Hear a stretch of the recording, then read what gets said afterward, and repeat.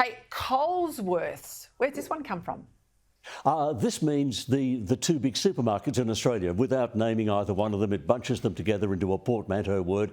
And my good friend Mark Gwynn at the Australian National Dictionary tells me this has peaked in recent days because of the angst over the supermarket duopoly and what they're doing to us with grocery prices and so on. But the word was actually coined way back in 1959 by a brilliant Australian journalist and humorist named Ross Campbell. Wrote very funny stuff, and he coined Colesworth so he could talk about taking the kids to the supermarket without naming a supermarket. So it's his word, but it's now got a much darker meaning. Merriam-Webster, which is the big American dictionary, it's gone with polarisation, but I wouldn't have thought that's a new word. It's not new. What they do is they measure how often these things are looked up on their website.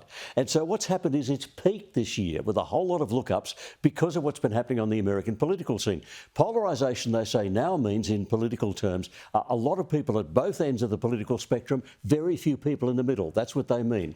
Word coined 1821, somewhere around there, by scientists to describe the way light and electromagnetic radiation work, but it's now being used as a metaphor, as a figurative language for what's happening to politics, with one pole and the other pole bulging and no one left in the middle. I would presume then, if you're talking about use and word searches, Cambridge must have gone down the same way, the same route when they chose manifest. Is that right? Exactly right.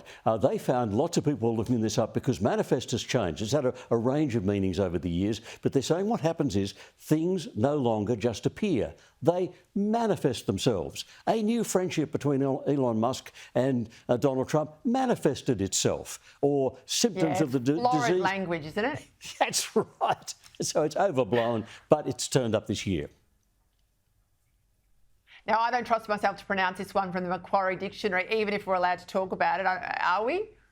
Oh, no, I don't want to talk about it. I mean, we can put it up on the screen if you like. It's the sort of language... See, I'm not going to say that out loud, not on this program. My 4-year-old thinks the word poo is hilarious. They're thinking at that level. They're saying when something goes bad, this is what happens to it. Don't like the word. All right, move on. Your word of the year. What's your word of the year?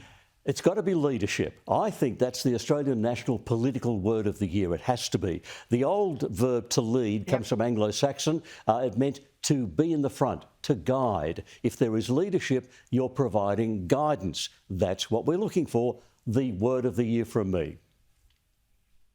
All right, just quickly, demure and brat. They're two of the last ones we've got to go. Demure and brat. Demure is no longer someone's character. It's a fashion behaviour. People turn on this sort of behaviour in order to appear cool and hip and fashionable. And brat used to mean a badly behaved child. It now means a young star. I mean, that's a strange journey for the meaning of the word to take, isn't it?